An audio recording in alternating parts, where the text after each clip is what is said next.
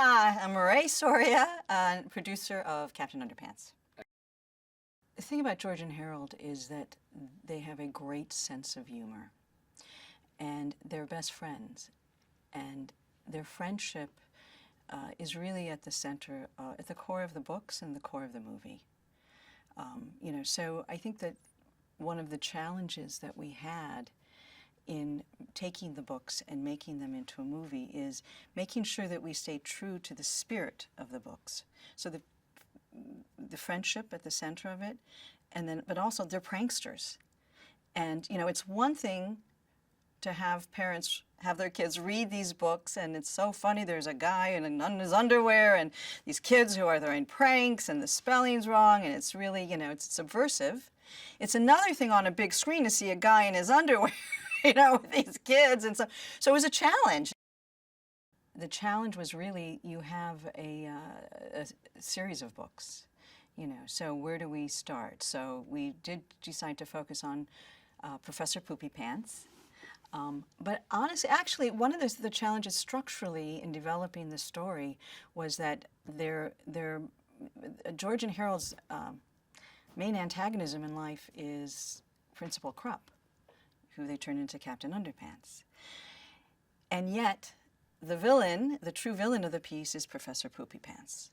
So it was a challenge to say, how do we structure it so that it doesn't feel episodic, so that we're clear on that it builds to, that the real antagonist of the movie is Professor Poopy Pants. George is the writer and Harold's, the artist, but Harold is the character that is more, I'd say more thoughtful, a little more introverted. George is the extrovert, and they, I think, again, I think that the movie really found its gold was in focusing, making sure that the friendship of the two came through and the sweetness of the two. It's easy to go to the farts and all the fun, I think, of the books. And all the comedy that makes the movie so much fun, and the pranks that they do, but they're not mean-spirited. And so it was really saying they have this bond of creativity, but also of laughter, and that laughter is really important. And that's how we tied in Professor Poopy Pants, that his goal in life was to get rid of laughter, which is so important and key to George and Harold and to all of us. We were incredibly lucky. We have Kevin Hart, Thomas Middleditch, Jordan Peele, Nick Kroll, Ed Helms.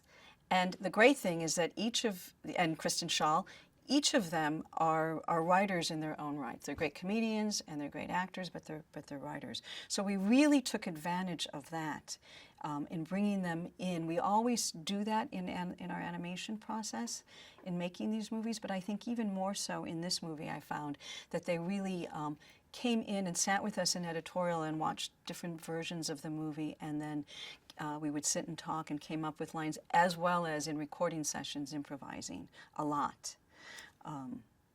So that was just an amazing advantage that we had on this movie. Dave and his wife came in and saw the movie and loved it.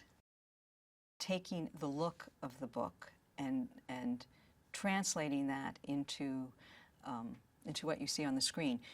One of the things we talked about a lot was, how do we take the personality that's in the book, so that subversiveness, or that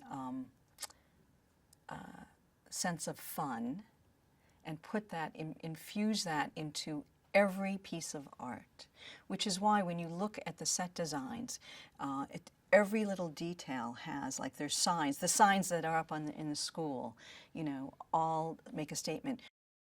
He is the bane of their existence, as far as if you were to ask them. It's like, if only we could get rid of him. He hates everything. He hates us. He hates, And yet we didn't want him. We wanted to make sure that we didn't vilify Principal Krupp.